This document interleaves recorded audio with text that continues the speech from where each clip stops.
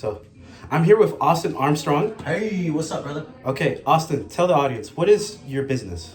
My company is Scalability.io. We're an AI video automation tool that lets you create 30 days of videos to promote your business in about 10 minutes. Okay, and how are you using AI within your business? Every aspect of my business, from what it is to the actual staffing side of things. So we show you AI topics as well as real topics in the business so that you can make educated decisions on what content to create on social media. We use AI to generate video scripts for you based on the best performing scripts online.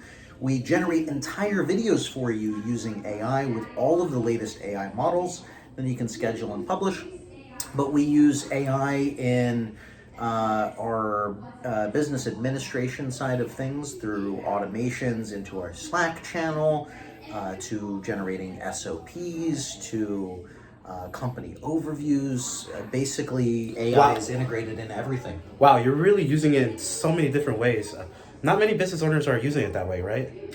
Not as much. I mean, it depends on the actual company, but yeah, we're very AI first.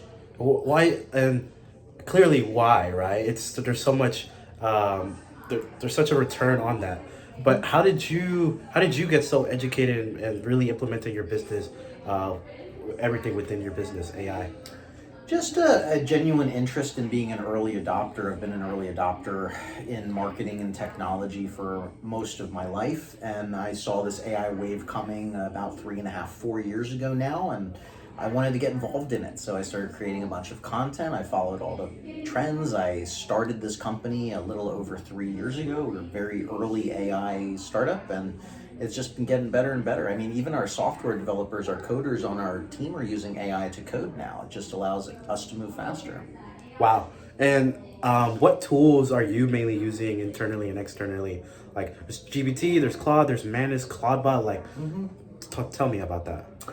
Yeah, a little bit of everything. I mean, we use Cursor and Claude Code to actually code on the development side of things. We have directly integrated all of the AI video models like Google VO3, Sora 2, Kling 2.6, Seedance, Grok Imagine. And I primarily use Gemini and Claude right now as my base LLMs. I was on ChatGPT bandwagon for a while. I think they've fallen behind.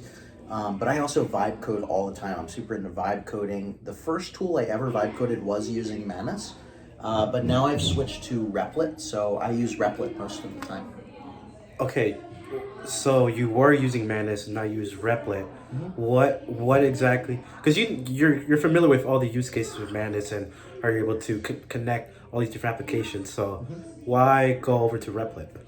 Replit is more for one focused use case of software development. Manus is very good at software development as well, nothing against it, but it does so many things. You can use it as your deep researcher, as an agent, coding, writing, basically anything. But Replit has more specific features and security elements that are specific for software development and app development. Okay, and then last few questions.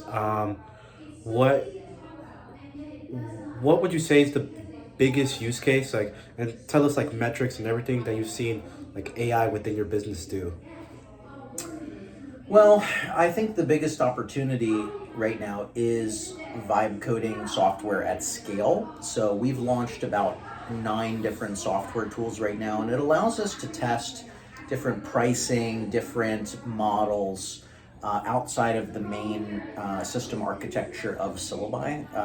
Because we now have somewhat older coding, if you will, because we created Syllabi by hand code essentially before vibe coding existed. So this allows us to freely test outside of the constraints of the typical software development that we have.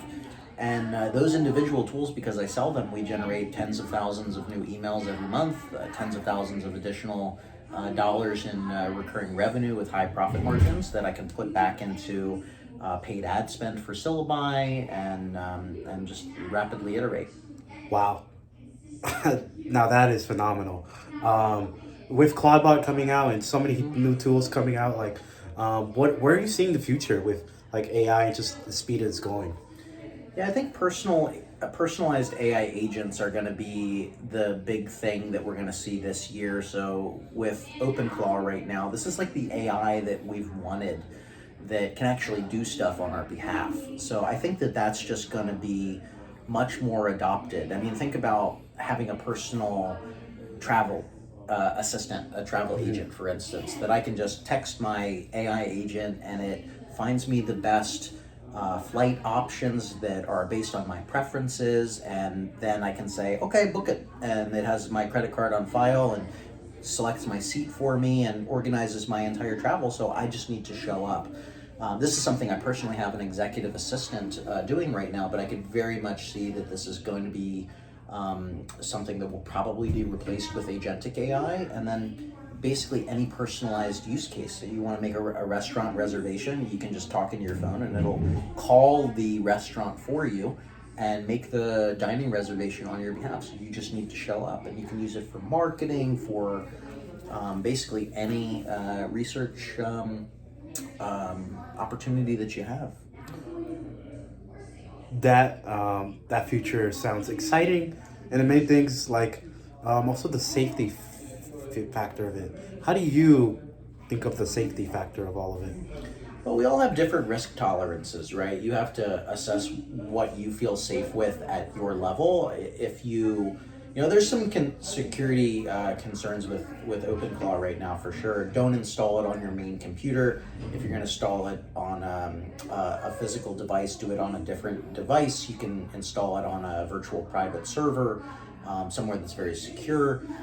Don't give it access to anything that you really care about or potentially could lose. If you give it access to your email, it could hack your email. You could lose everything there. So I give it access to a different Gmail account specifically for that. If you want to have it make purchases on your behalf, you can give it a virtual card that has a spending limit, or you can kill that card at any given time. Just don't bring it into any, if you're communicating it with it through like Telegram or WhatsApp, just don't bring it into any public groups as well, because prompt injection is another security issue that you need to be careful of. But there's everybody's different in that risk tolerance department. Risk tolerance. I Yeah. see. Got it. And then one last question: what's the biggest challenge in your business you're trying to currently solve? Churn reduction for consumer SaaS. So because we're primarily a tool that small businesses, newer entrepreneurs, and content creators use, people are trying different tools out, and so there's not as much loyalty to one tool, and so we're just personally trying to make syllabi even more dependable and more useful, so that they don't leave. Awesome. And where can people find you again? Everywhere. My main website is austinarmstrong.ai, but if you want to give syllabi a shot, it's syllabi with a y.io. Awesome. Thank you, brother. Appreciate you.